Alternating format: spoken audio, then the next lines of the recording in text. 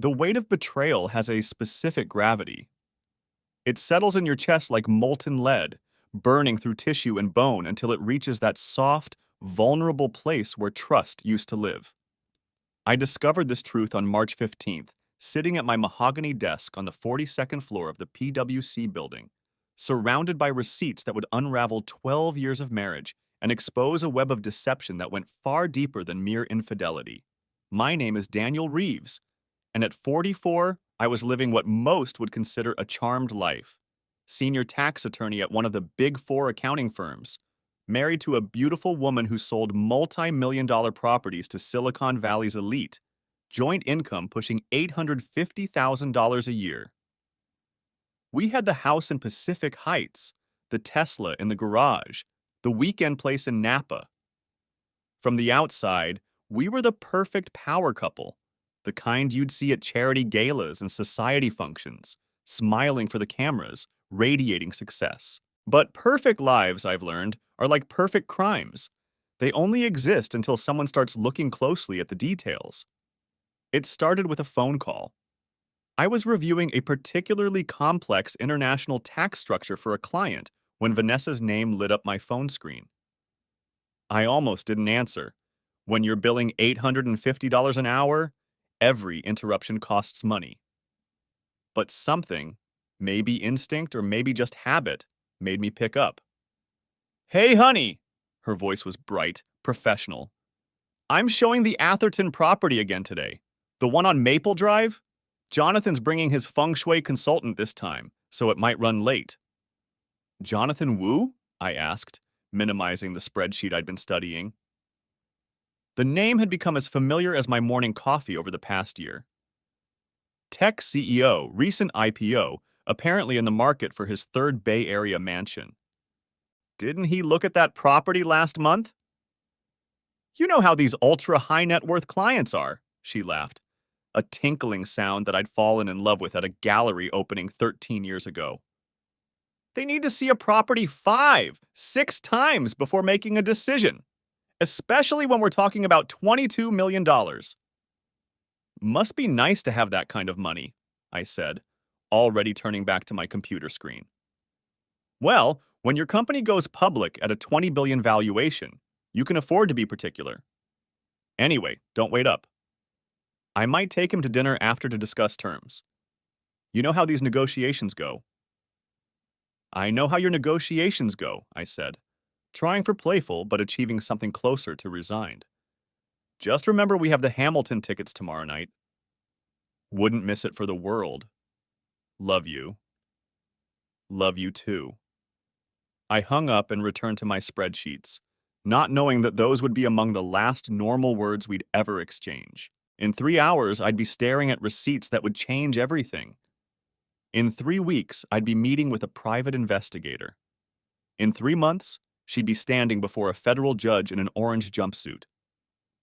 But in that moment, I was just another overworked professional, grinding through another day in the financial district, believing my wife was exactly where she said she'd be, doing exactly what she said she'd be doing. I left the office early that day, a rarity for me. The client had requested all documentation be submitted by end of business, and I'd realized I needed some receipts from our home files. Vanessa usually handled our personal finances. She had a gift for organization that complemented my analytical nature. But with tax season approaching, I'd volunteered to gather everything for our CPA. Our house in Pacific Heights was a 1920s Georgian revival that Vanessa had fallen in love with the moment she saw it. "It has good bones," she'd said, running her hand along the original crown molding. "Like us." We'd bought it 5 years ago when her commission started hitting 7 figures and my partnership at PwC became official. It was probably worth double now. The benefit of buying real estate when your wife has insider knowledge of market trends. I made myself a cup of coffee, Ethiopian single origin, Vanessa's favorite, and spread the year's receipts across our dining room table. The mahogany surface disappeared under a sea of paper. Medical expenses, charitable donations, business entertainment, travel costs. I attacked them with the methodical precision that had made me one of the city's top tax attorneys, creating neat piles organized by category and date. Everything was routine until I found the first receipt that made me pause. Cartier, $32,000, January 12th. Diamond tennis bracelet, 5.5 carats, VVS1 clarity. I stared at it, trying to place the purchase. January 12th was a Thursday. Not my birthday, not our anniversary, not Christmas or Valentine's Day. I picked up my phone to text Vanessa, then stopped. Something, call it intuition, or maybe just professional skepticism, made me want to see the bracelet first. I climbed the stairs to our bedroom, my footsteps echoing in the empty house. Vanessa's walk-in closet was bigger than my first apartment, with custom California closets, organizing systems, and a central island just for jewelry. She had an extensive collection accumulated over our 12 years together, pieces I'd given her, inheritances from her grandmother, various acquisitions from her successful career. The jewelry was organized by type and value. I went straight to the tennis bracelet section. She had 3 won from me for our 10th anniversary, 1 from her mother, and 1 she'd bought herself after her first $1 million commission. But no 5.5 carat Cartier piece. Maybe it was in the safe. We kept the really valuable pieces in a Mosler safe hidden behind a false panel in the closet. I knew the combination, our wedding date. The safe opened with a soft hiss, revealing neat stacks of documents, some cash, and several jewelry boxes. I went through each one methodically. No tennis bracelet. I returned to the receipts with a growing sense of unease. 20 minutes later, I found another one. Tiffany & Company, $18,000. March 3rd. Emerald earrings, Colombian stones, platinum setting. My coffee had gone cold. I pushed it aside and kept searching.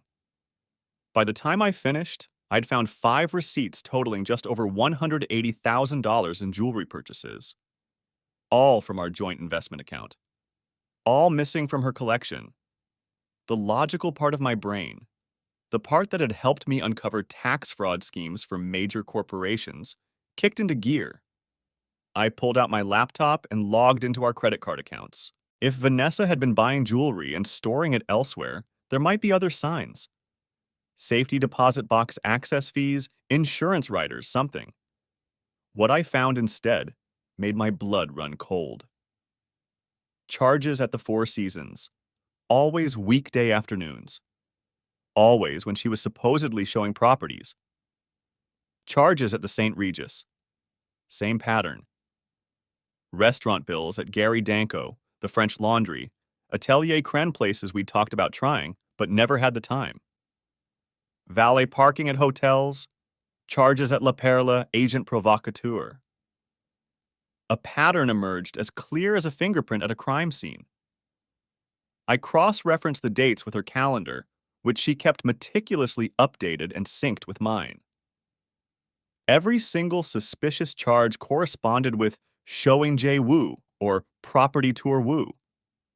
I sat back in my chair, the weight of realization settling over me like a shroud. My wife was having an affair. The jewelry wasn't missing. It had never been for her to keep at home. It was being worn for someone else, stored somewhere else, part of a life that didn't include me. But something didn't add up. Why buy the jewelry from our joint account? Vanessa made more than enough money to buy her own jewelry. She was one of Sotheby's top producers, regularly pulling in 7-figure commissions. Why risk me seeing the charges? Unless... I pulled up her commission statements. One of the benefits of filing joint taxes was having access to all our financial documents. Vanessa's 2023 earnings were impressive, but not as impressive as they should have been. I did the math quickly. She'd sold over $30 million in property last year. At her commission rate of 2.5-3%, she should have grossed between $750,000 and $900,000. But her reported income was just under $500,000. I grabbed a legal pad and started making notes. Every property sale was a matter of public record. I pulled up the MLS listings, property transfer documents, tax assessments. What I found made my hands shake. Every property sold to Jonathan Wu was listed at significantly below market value. The Atherton estate, market value $22 million, sold for $17 million. The Palo Alto property, appraised at $15 million, sold for $11 million. The San Francisco penthouse, worth $12 million, sold for $9 million. In total, Wu had saved nearly $8 million on his purchases, and Vanessa had reported proportionally reduced commissions on each sale. But that made no sense. Why would she give up hundreds of thousands in income to save a client money? Unless... I looked at the jewelry receipts again. Each purchase had been made within days of a Wu property closing.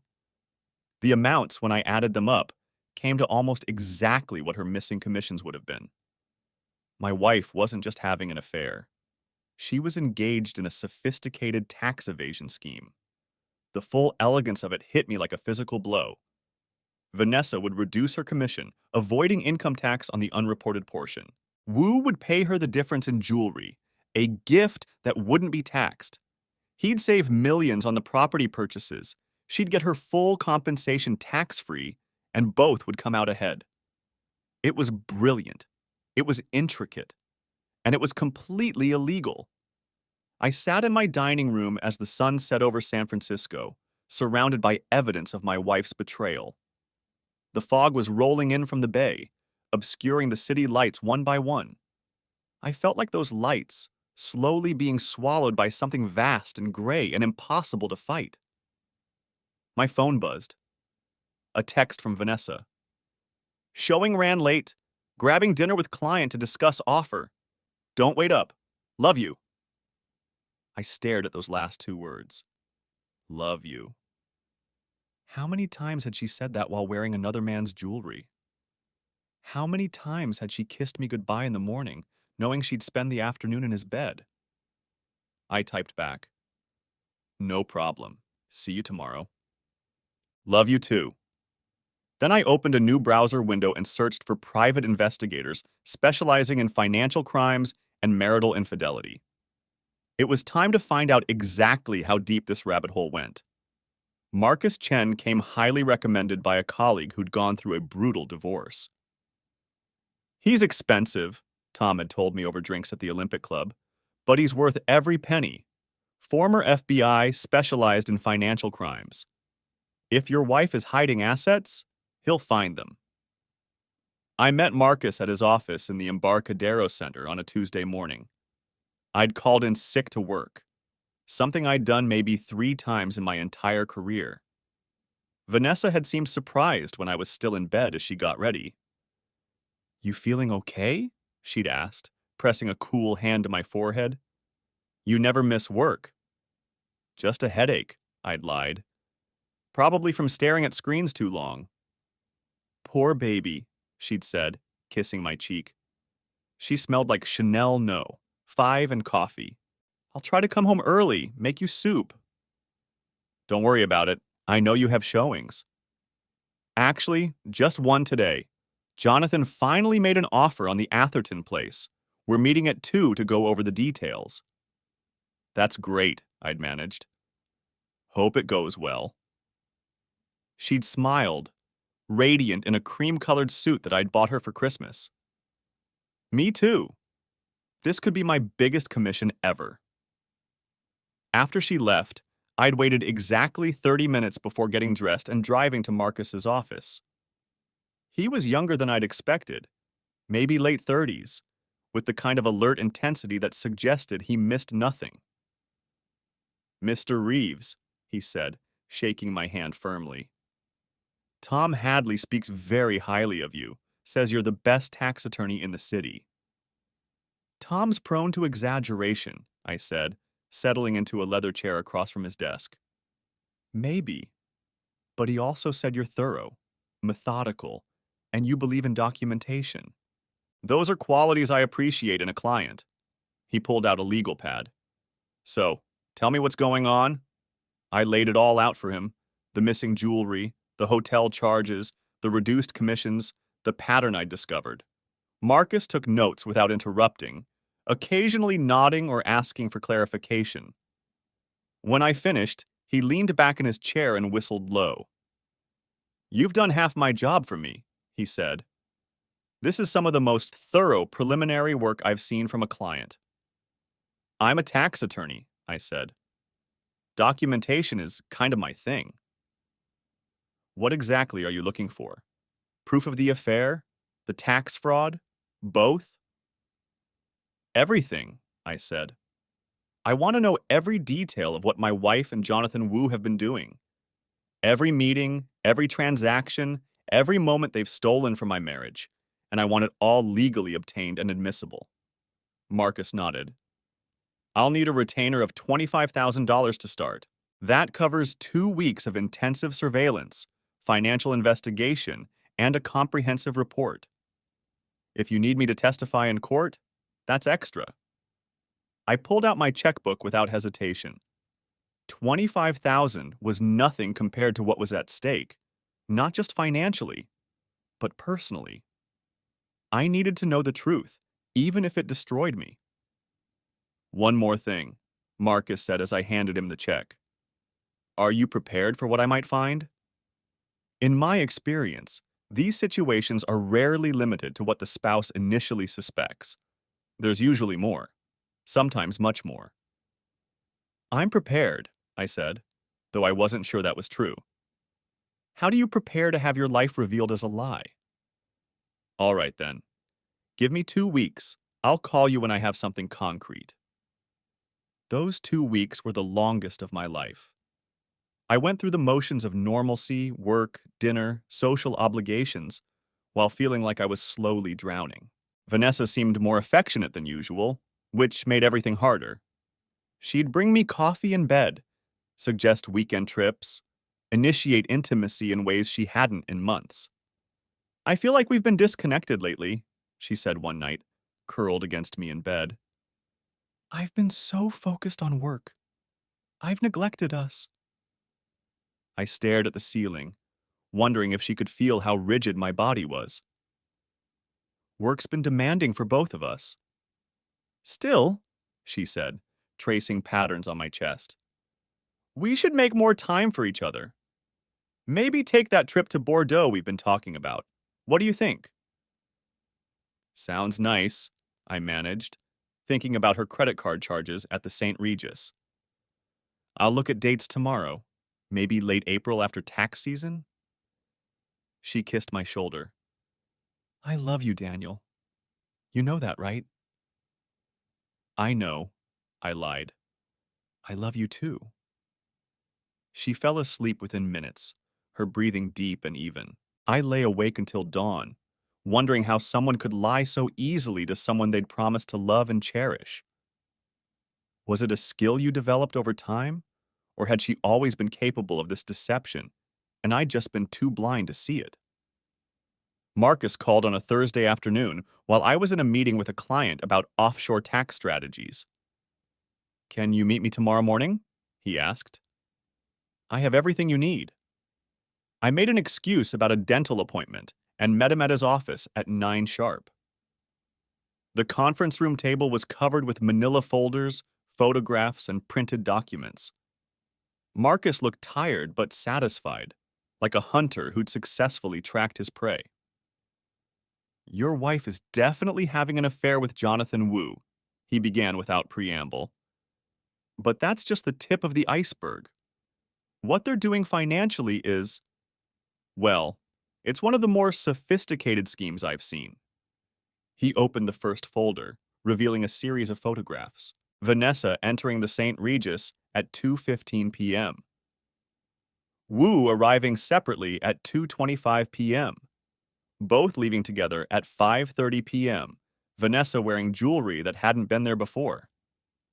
"This pattern repeated 3 times during my surveillance," Marcus said. "Always the same suite, 1247, which Wu keeps on permanent reservation. Annual cost $180,000. He pays $180,000 a year for a hotel suite? It's not uncommon among the ultra-wealthy. Cheaper than buying a condo and more discreet. But here's where it gets interesting. He opened another folder. I have a contact at WU's company who provided me with some internal documents. Apparently, Wu has been claiming these jewelry purchases as business expenses. I leaned forward, my tax attorney instincts fully engaged. Business expenses? How is he justifying that? He's categorizing them as client entertainment and business development gifts. His company has been deducting them as legitimate expenses.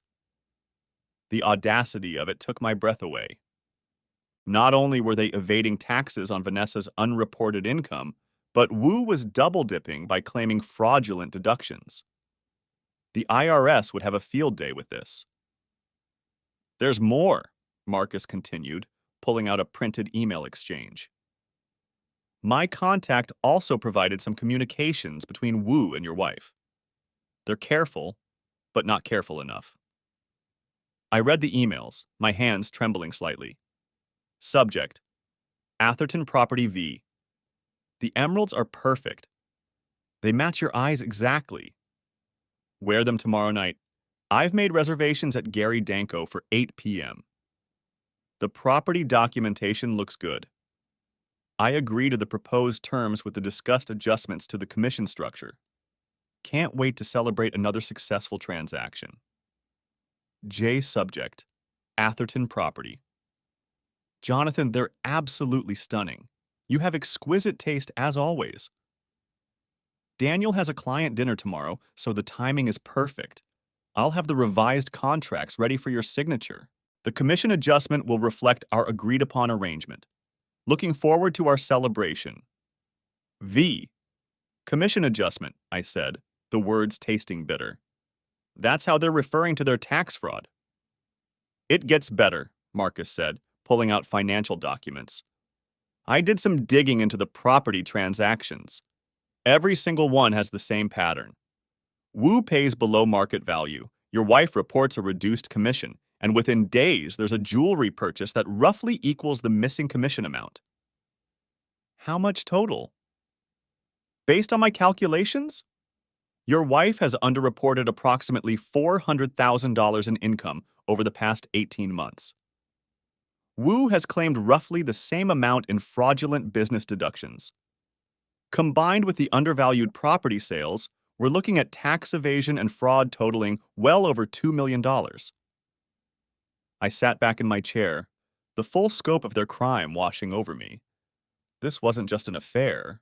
This wasn't just a few gifts between lovers.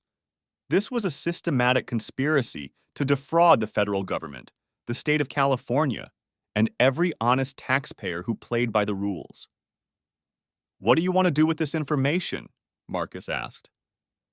I looked at the evidence spread across the table.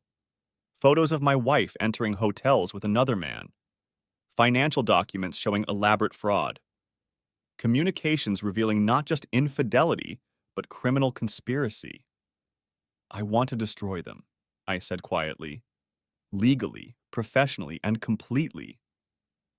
Marcus nodded. Then you'll want to talk to my friend at the IRS Criminal Investigation Division. With what you've got here, you could be looking at a substantial whistleblower award.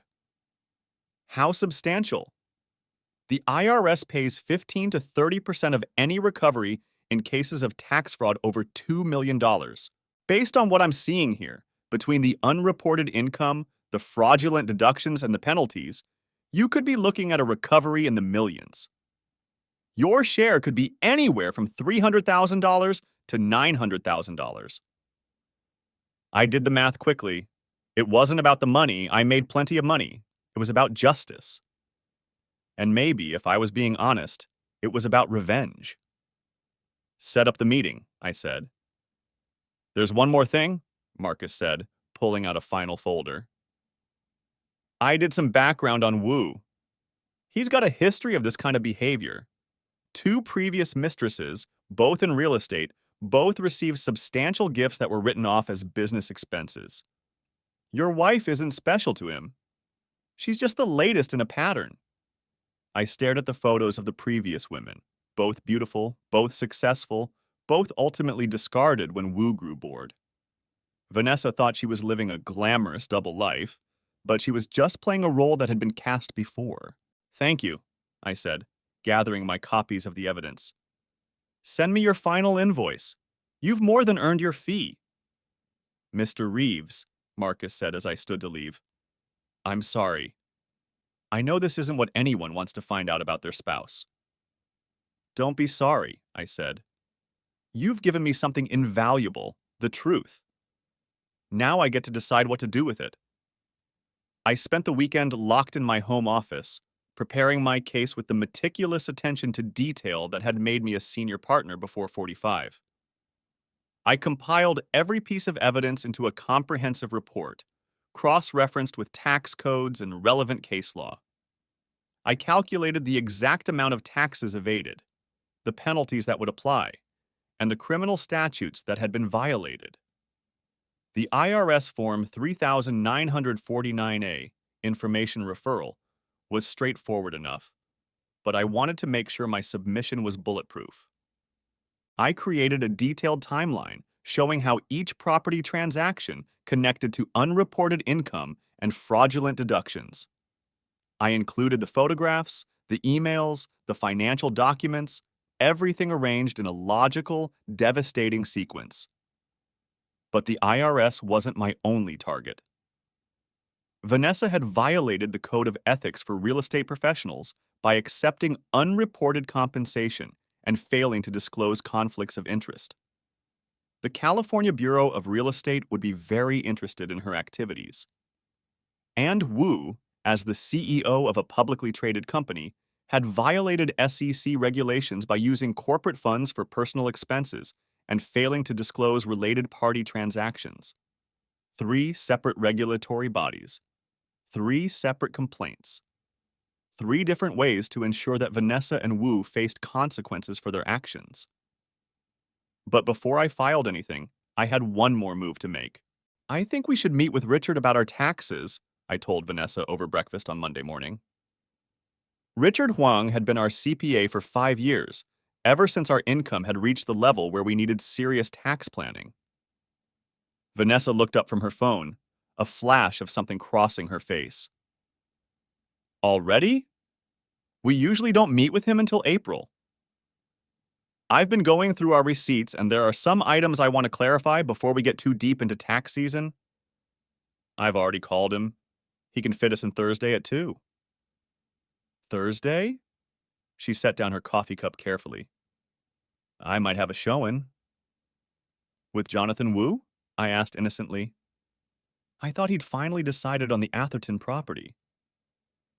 He's still considering his options. You know how these big decisions go.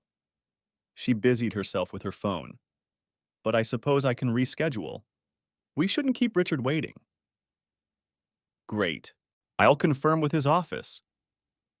That night, I watched Vanessa gather documents with increasing agitation.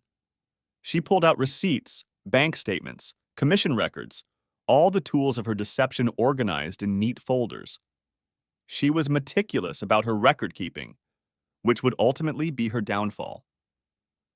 Criminals who document their crimes make prosecutors' jobs much easier. Looking for something? I asked from the doorway of her office. She startled slightly. Just making sure I have all the documentation for my business expenses. You know how thorough Richard is. Indeed I do, I said, thinking of the conversation I'd had with Richard that afternoon, briefing him on exactly what was about to unfold.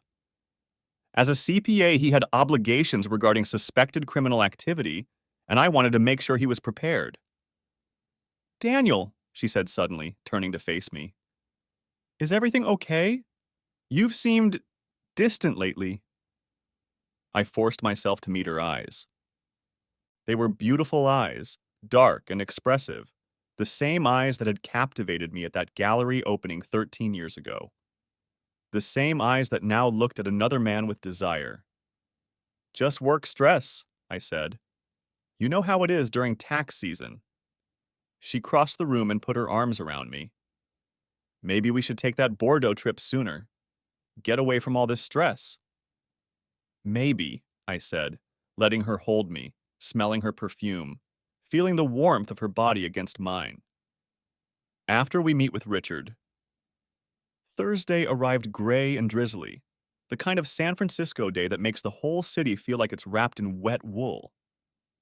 Vanessa dressed carefully, a conservative navy suit that projected professional success, minimal jewelry, I noted with bitter irony, her hair pulled back in a tight chignon. You look nice, I said as we got into my Tesla. Thanks. She smoothed her skirt nervously. I always feel like Richard is judging our spending when we meet with him. He's a CPA, not a priest, I said. His job is to minimize our tax liability, not pass moral judgment. If she caught the irony in my words, she didn't show it. Richard's office was in a gleaming tower in the financial district, all glass and steel and modern efficiency. His assistant showed us to the conference room where Richard was already waiting, documents spread across the polished table. Daniel, Vanessa, he greeted us, shaking hands formally. I caught the slight tension in his expression when he looked at me. Thank you for coming in. Of course, Vanessa said, settling into her chair with practiced poise. Daniel said there were some questions about our receipts? Yes, Richard said, pulling out a file. I've been reviewing your documentation, and there are several significant purchases that need clarification. Specifically, these jewelry purchases. He spread out copies of the receipts I'd found. Cartier, Tiffany, Van Cleef & Arpels, Bulgari, Harry Winston, nearly $200,000 in total. Vanessa's composure flickered for just a moment. Those are business expenses, client gifts. The luxury real estate market is extremely competitive. Sometimes you need to provide incentives to secure listings or reward successful transactions. I see, Richard said, making a note. And do you have documentation showing which clients received these gifts? Names, dates, business purpose? I maintain strict confidentiality with my high-end clients. Surely you understand. What I understand, I said, unable to contain myself any longer, is that you've been wearing these client gifts yourself. I pulled out Marcus's folder and spread the photographs across the table. Vanessa entering hotels wearing the jewelry. Vanessa at restaurants with Wu. The intimate moment of him fastening the necklace. The color drained from her face as she stared at the images. Daniel. There's no point in denying it, I continued, my voice eerily calm. I know everything. The affair, the reduced commissions, the jewelry payments, the tax evasion scheme. I know how you've been structuring transactions to avoid reporting income. I know how Wu has been claiming the jewelry as business expenses. I know exactly how much you've stolen from the IRS and, by extension, from every honest taxpayer in America. This is ridiculous, she said. But her voice shook. They were gifts. There's nothing illegal about accepting gifts. Gifts? I laughed bitterly. Is that what you call payment for services rendered? Because the IRS might see it differently, especially when those gifts coincidentally match the amount of commission you failed to report on each transaction. Richard cleared his throat. Mrs. Reeves, I'm obligated to inform you that given this information, I can no longer serve as your CPA. I also have certain reporting obligations regarding suspected tax fraud. Furthermore, I continued, pulling out an envelope, you should know that I've already filed reports with the IRS Criminal Investigation Division, the California Bureau of Real Estate, and the SEC. This meeting was simply a courtesy to let you know what's coming. With shaking hands, Vanessa opened the envelope. I watched her eyes scan the IRS notice of criminal investigation, naming both her and Jonathan Wu as subjects. You reported me? Her voice was barely a whisper. Your own wife? Ex-wife, I corrected. Or soon to be. I filed for divorce yesterday. You'll be served on Monday. As for the IRS, I simply fulfilled my obligation as a tax attorney and citizen to report suspected fraud.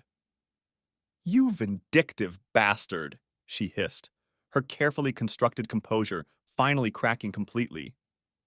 You're destroying my life over some jewelry? No, I said, standing to leave. You destroyed your life the moment you decided our marriage was worth less than some shiny stones and afternoon encounters in hotel suites. I'm just making sure you face the consequences. Daniel, please, she said, tears starting to flow. Let me explain. It wasn't supposed to be like this. Jonathan and I, it just happened. The financial arrangement, it was his idea. I never meant. Save it for your lawyer, I interrupted. You'll need a good one. I suggest you start with a criminal defense attorney who specializes in tax fraud. Oh, and you might want to call Jonathan. He's probably being served with his notices right about now. I'm sure he'll be thrilled to know that his latest mistress has gotten him indicted. Latest? She whispered. I smiled coldly. You didn't think you were special, did you? You're just the third real estate agent he's run this scheme with. The other two got away with it. You won't. I walked out of Richard's office, leaving my soon-to-be ex-wife to contemplate the rubble of her life. As I waited for the elevator, I could hear her sobbing through the conference room door. Part of me, the part that had loved her for 12 years, wanted to go back, to comfort her, to find some way to make this all go away. But the larger part, the part that believed in justice and consequences, kept walking. She had made her choices. Now she would live with them. The next few weeks unfolded with the predictable chaos of a life imploding. The story broke in the San Francisco Chronicle 3 days after our meeting with Richard.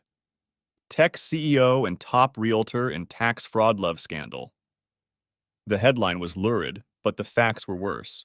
The article detailed the affair, the fraudulent property transactions, the jewelry for commission scheme, complete with quotes from sources close to the investigation. My phone rang constantly.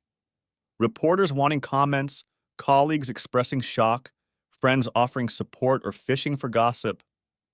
I gave a single statement through my attorney. I discovered evidence of criminal activity and reported it to the appropriate authorities as any law-abiding citizen should do. I have no further comment on the ongoing investigation. Vanessa moved out of our Pacific Heights home within a week, her accounts frozen by federal order. She couldn't access the jewelry that had caused all this trouble. It had been seized as evidence. I heard through the grapevine that she'd moved in with her sister in the Mission, a far cry from the luxury she'd grown accustomed to. Jonathan W.'s fall was even more spectacular. The SEC investigation triggered an emergency board meeting at his company. Someone leaked the internal emails showing him bragging about his arrangement with Vanessa, including one particularly damning message where he'd written, "Why pay full commission when you can pay in diamonds? The IRS will never know, and she's happy to wear my appreciation." Within 48 hours of the story breaking, he was forced to resign as CEO. The stock price plummeted 30% in a week, wiping out $6 billion in market value. Shareholder lawsuits followed immediately, alleging breach of fiduciary duty, misuse of corporate funds, and failure to disclose related party transactions. I watched it all unfold from my office, fielding congratulations from colleagues who'd started calling me the tax assassin, with a mixture of admiration and fear. My managing partner called me in for a meeting. "Hell of a thing, Daniel," he said, gesturing for me to sit. "Takes guts to turn in your own wife." She turned herself in the moment she decided to commit tax fraud, I replied. I just made sure the authorities knew about it. He studied me over his reading glasses. The partners have been discussing your situation. Some felt it might be problematic for the firm. but the majority believe you've demonstrated exactly the kind of integrity we want in our senior partners. Your commitment to the law, even at personal cost, is commendable. Thank you, sir. There's also the matter of the potential whistleblower award. I assume you're aware of the implications? 15 to 30% of any amount recovered over $2 million, I recited. Based on my calculations, the recovery could be substantial. Indeed. We'd like to ensure you have the best possible representation for those proceedings. The firm will cover all legal costs, naturally. I understood the subtext. The firm wanted to make sure they were associated with what could be a very high-profile and lucrative whistleblower case. It would be excellent publicity. PwC partner exposes major tax fraud, collects massive award. The kind of story that would attract clients who wanted their tax affairs handled by someone incorruptible. I appreciate the support, I said. One more thing, he added as I stood to leave. Take some time if you need it. Divorce is never easy, especially under these circumstances. Work helps, I said truthfully. Keeps my mind occupied. What I didn't tell him was that I spent my evenings in the empty house, drinking wine and wondering how I'd missed the signs for so long. Had Vanessa always been capable of this kind of deception, or had something changed? When did our marriage become worth less to her than jewelry and illicit afternoons? The criminal cases proceeded with surprising speed. The evidence was overwhelming, and both Vanessa and Wu were looking at significant prison time if convicted at trial. The U.S. Attorney's Office was particularly interested in WWU's fraudulent business deductions, which added mail fraud and wire fraud to the charges. I got a call from Vanessa's attorney about a month after everything exploded. Mr. Reeves, my client would like to meet with you to discuss a potential resolution, he said. She's prepared to make a full confession in exchange for certain considerations. What kind of considerations? She'd like you to recommend leniency to the prosecutors. And she'd like to discuss the divorce settlement. She's willing to give up any claim to marital assets in exchange for a modest support payment. I laughed out loud. She wants alimony. After what she's done. She's facing significant legal fees, Mr. Reeves, and with her real estate license suspended, she has no income. She's desperate. Then she should have thought of that before she decided to cheat on her taxes and her husband, I said. No meeting, no support. She can take whatever plea deal the prosecutors offer and be grateful it's not worse. The attorney sighed. I had to try. For what it's worth, she's genuinely remorseful. Remorseful she got caught, I corrected. There's a difference. The plea negotiations took another 2 months. In the end, faced with overwhelming evidence and the prospect of a very public trial, both Vanessa and Wu agreed to plead guilty. The day of Vanessa's sentencing, I sat in the back of the courtroom, watching the woman I'd once promised to love and cherish stand before a federal judge in an orange jumpsuit. She looked smaller somehow, diminished. The designer clothes were gone, replaced by jail-issued clothing. Her hair, usually perfectly styled, hung limp around her face. When she turned to scan the courtroom, our eyes met for a moment. I saw pain there, and regret, and something that might have been an apology. I looked away. Mrs. Reeves, the judge began, his voice stern. You stand before this court having pled guilty to tax evasion, conspiracy to commit tax fraud, and filing false returns. These are serious crimes that strike at the heart of our tax system, which depends on voluntary compliance and honesty. Vanessa's attorney had argued for probation, citing her lack of prior criminal history, her cooperation with authorities, and the personal price she'd already paid, loss of her career, her marriage, her reputation.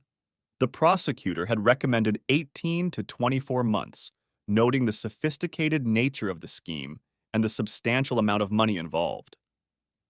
The court has considered all arguments, the judge continued. Mrs. Reeves, you were a successful professional with every advantage in life. You had a loving husband, a lucrative career, and a lifestyle most people can only dream of. Yet you chose to engage in a deliberate scheme to defraud the government and the American people. I watched Vanessa's shoulders start to shake as the judge continued his lecture. Part of me felt satisfied seeing her face consequences. Another part, a part I tried to ignore, remembered holding her as she cried over her father's death, dancing with her at our wedding, laughing with her over Sunday morning coffee. This court sentences you to 18 months in federal prison, followed by 3 years of supervised release. You will pay restitution in the amount of $600,000, representing the taxes owed plus penalties and interest. Furthermore, based on the California Bureau of Real Estate's findings, you are permanently barred from holding a real estate license in this state. Vanessa swayed slightly, her attorney steadying her with a hand on her elbow. 18 months. It didn't sound like much in the abstract, but for someone who'd spent her life in luxury, it would feel like an eternity. And when she got out, she'd have nothing, no career, no money, no reputation. The jewelry she'd traded everything for would be sold at government auction to help pay her restitution. Wu received 30 months, along with a $2 million fine and a lifetime ban from serving as an officer of a public company.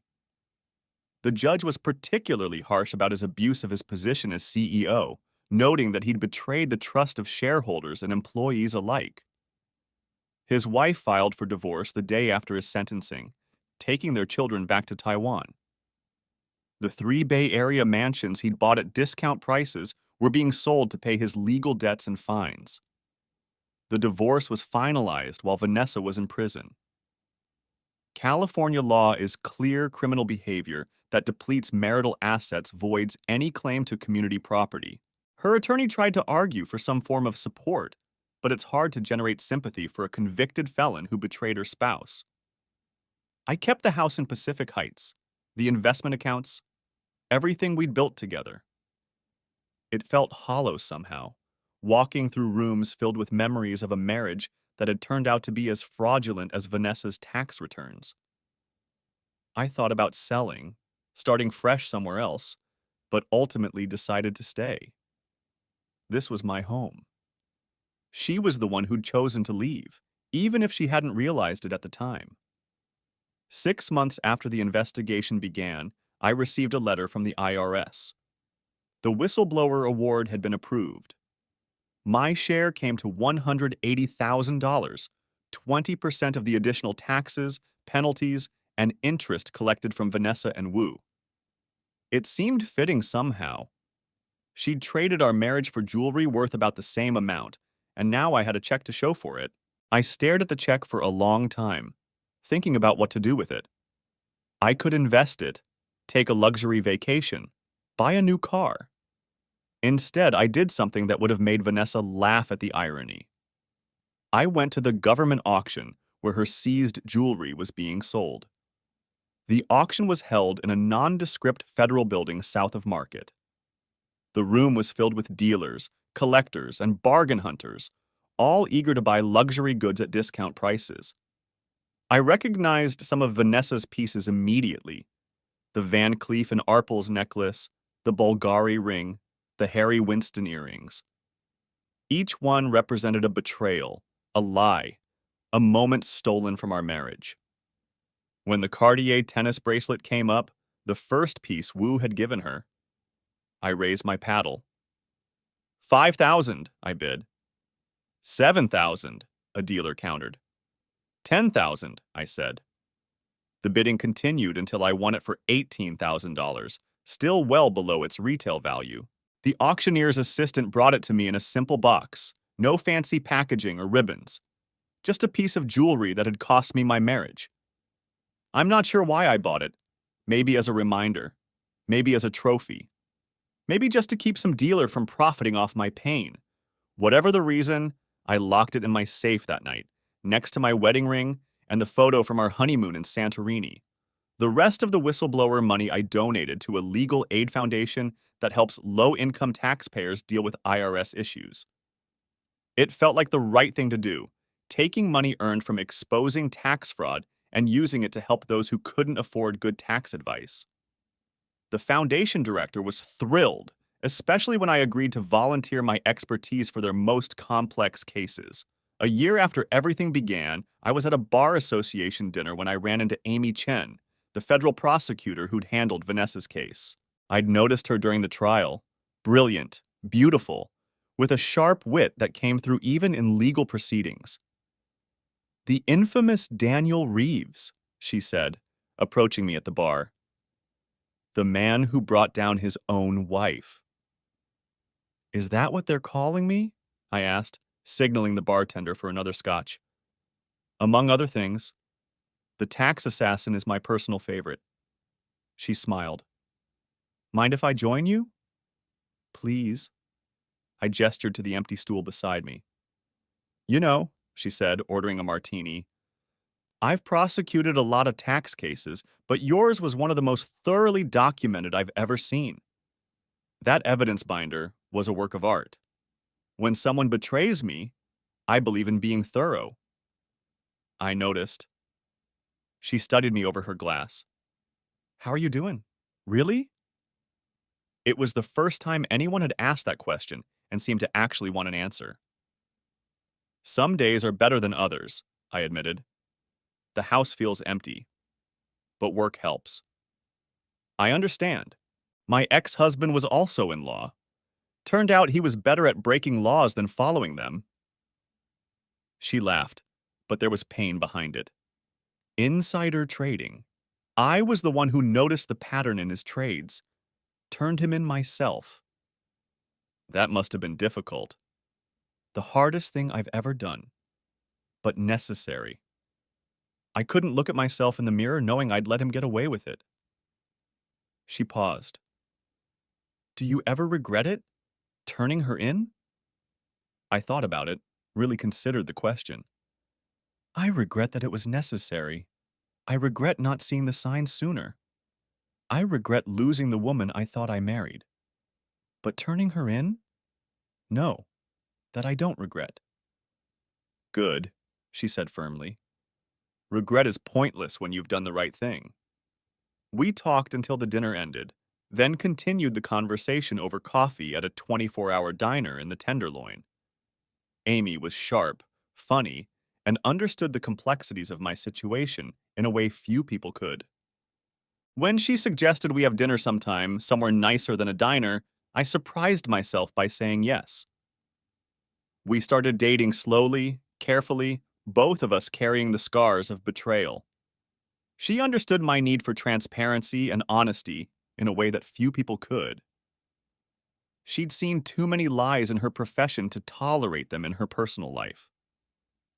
When I eventually gave her a piece of jewelry for her birthday, a simple silver necklace, nothing extravagant, she wore it with pride, knowing it came with no hidden agenda or guilty secrets. "No diamonds?" she teased. "I thought you had a whole collection." "Those are evidence of what not to do in a relationship," I said. "I prefer starting fresh." The last time I saw Vanessa was at a Whole Foods in Bernal Heights, about 2 years after everything happened. I was there picking up wine for a dinner party Amy and I were hosting. Vanessa was working at the customer service counter, helping someone with a return. She looked different, older certainly, but it was more than that. The polished perfection was gone, replaced by something more genuine but infinitely sadder. She wore a simple uniform polo shirt and khakis, her hair pulled back in a ponytail. No jewelry except small stud earrings, cubic zirconia probably, given her financial situation. Our eyes met across the store. For a moment, time stopped. I saw her start to move toward me, then hesitate. Her supervisor called her back to the counter, and the moment passed. I finished my shopping and left, driving back to my life in Pacific Heights while she returned to her $15 an hour existence. I heard through mutual acquaintances that she'd been released to a halfway house after serving 14 months, with time off for good behavior. She'd tried to get back into real estate but couldn't get licensed even as an assistant. The scandal had made her unemployable in any field involving money or trust.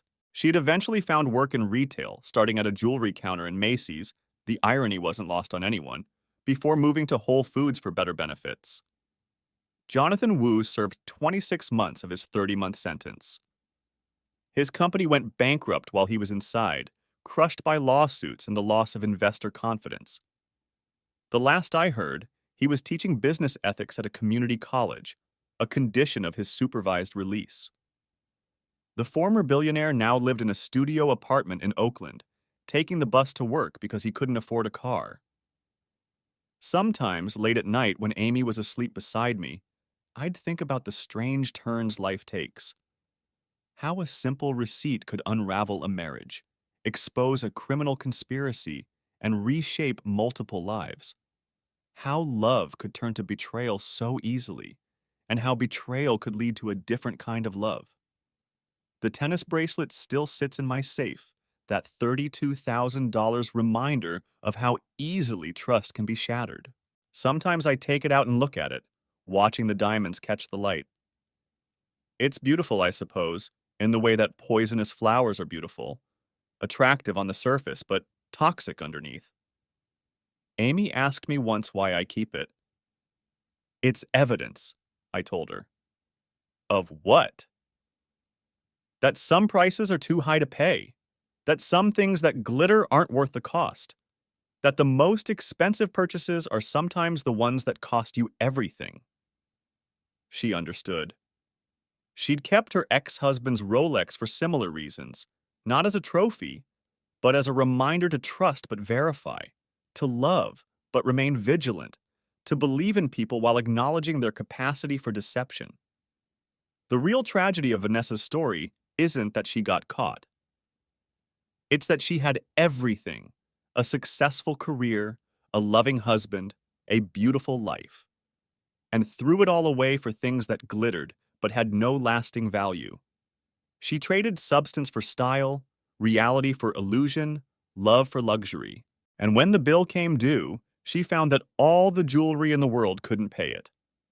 As for me, I'm still the tax attorney who brought down his own wife, the man who chose justice over mercy, truth over comfortable lies. Some see me as cold, calculating, vindictive. Others see me as principled, strong, incorruptible. The truth, as usual, is more complex.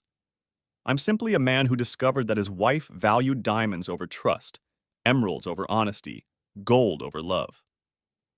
A man who had to choose between protecting the woman he loved and upholding the principles he lived by.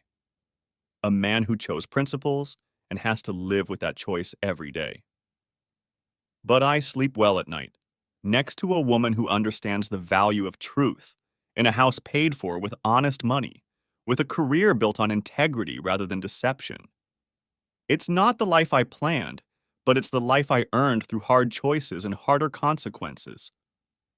The fog rolls in from the bay as I write this, but unlike that night 3 years ago when I first discovered the receipts, I'm not lost in it. I can see clearly now, past, present, and future. The fog is just weather, not metaphor. The truth, once revealed, has a way of burning through even the thickest haze. Vanessa is out there somewhere in the city, probably getting ready for another shift at Whole Foods, living with the consequences of her choices. Wu is teaching students about ethical business practices he never followed himself. And I'm here in my office, making sure that everyone pays what they owe, that every transaction is accounted for, that the truth always comes to light in the end. Because in tax law, as in life, there's one rule that never changes. Eventually, everyone has to pay. The city lights twinkle below, each one representing a life, a story, a series of choices that lead to consequences. Some of those lights belong to honest people living honest lives. Others belong to those who think they can cheat the system, betray trust, trade integrity for temporary gain. To those people, I have a simple message. Be careful. You never know when someone is keeping receipts. You never know when your carefully constructed deception will crumble. You never know when the person you're betraying might be exactly the wrong person to cross. And sometimes, just sometimes, that person might be married to a tax attorney who believes in documentation, justice, and the inexorable power of consequences.